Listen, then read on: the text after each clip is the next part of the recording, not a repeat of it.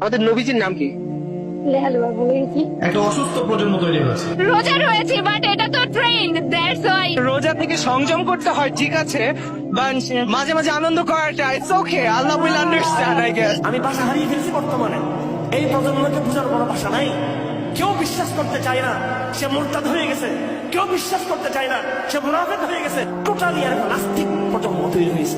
এবং চিন্তার আগে আগে মায়া দেখছি, ওর চিন্তার আগে দেখছি ওর পাশে মায়া পড়ছে কিনা, ও আগে এটা খেয়াল করছে। পাপকে তারা খুব একটা পাপ মনে করে না। ছেলে মেয়ের অবাধ মেলামেশা ওদের কাছে কোনো পাপ মনে হয় না, এটা স্বাভাবিক মনে হয়। যারা কমপ্লিট জাহান্নামী, বিনা হিসেবে জাহান্নামী যারা, এরা আমাদের মুসলমান ছেলেদের আইকন। মেসি কি জান্নাতি? জান্নাতে যাবে? মেসি যদি এখন এই অবস্থায় মারা যায় তাহলে ও কিভাবে আমার আইকন হয়? আমি ওর নামের লেখা টি শার্ট পরে কিভাবে ঘুরি? তার প্রতি আমার ভালোবাসা কিভাবে জন্মায়?